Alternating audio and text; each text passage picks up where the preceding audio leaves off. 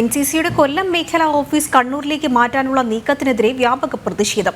നടപടി പിൻവലിക്കണമെന്ന ആവശ്യം ശക്തമാക്കി ജീവനക്കാരുടെ സംഘടന. നടപടി കൊല്ലത്തിന് പുറമെ ആലപ്പുഴ, പത്തനംതിട്ട ജില്ലകളിലെ സ്കൂളുകളെ ബാധിക്കുമെന്നും ജീവനക്കാർ ആരോപിക്കുന്നു. കൊല്ലം തേവള്ളിയിലെ ചരിത്ര പ്രാധാന്യമുള്ള കെട്ടിടത്തിലാണ് ദശാബ്ദങ്ങളായി NCCയുടെ മേഖലാ ഓഫീസ് പ്രവർത്തിക്കുന്നത്. ഇത് കണ്ണൂരിലേക്ക് മാറ്റാനുള്ള നീക്കത്തിനെതിരെയാണ് ജീവനക്കാരുടെ പ്രതിഷേധം.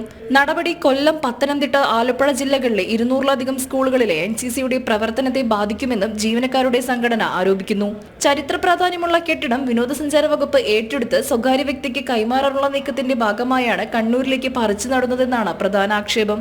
ഈ കൊട്ടാര സമുച്ചയത്തെ മറ്റാർക്കോ തീരെഴുതി കൊടുക്കാനുള്ള ഒരു നടപടിയുടെ ഭാഗമായിട്ടാണ് ഇത് പോകുന്നതെന്നാണ് ഞങ്ങൾക്ക് അറിയാൻ കഴിഞ്ഞത്. ആ പ്രതിഷേധം രേഖപ്പെടുത്തിക്കൊണ്ടാണ് ഞങ്ങൾ ഇന്ന് ഈ ഒരു സൂചനാ പ്രതിഷേധ യോഗം സംഘടിപ്പിച്ചിട്ടിരിക്കുന്നത്. വരും ദിനങ്ങളിൽ എക്സ് സർവീസ് സംഘടനകളോടൊപ്പം നിന്നുകൊണ്ട് കേരള NCC സിവിൽ അസോസിയേഷൻ ശക്തമായ സമര പരിപാടികളുമായിട്ട് മുന്നോട്ട് പോകും. സെക്രട്ടേറിയറ്റ് മാർച്ച്, കളക്ടറേറ്റ് മാർച്ച് അടക്കമുള്ള പരിപാടികളുമായി മുന്നോട്ട് പോകാനാണ് കൊല്ലം മേഖലാ കമ്മിറ്റിയുടെ തീരുമാനം. കൊല്ലം മേഖലയുടെ പരിധിയിൽ ഹെഡ്ക്വാർട്ടർ യൂണിറ്റ് കൂടാതെ 7 യൂണിറ്റുകളാണുള്ളത്. ഓരോ യൂണിറ്റിലും 2000-ലധികം കേഡറ്റുകളുണ്ട്. കെട്ടിടം ഒഴിപ്പിച്ച് സ്വകാര്യ വ്യക്തികൾക്ക് പാട്ടത്തിന് നൽകാനുള്ള നീക്കമെന്നും ആക്ഷേപമുണ്ട്.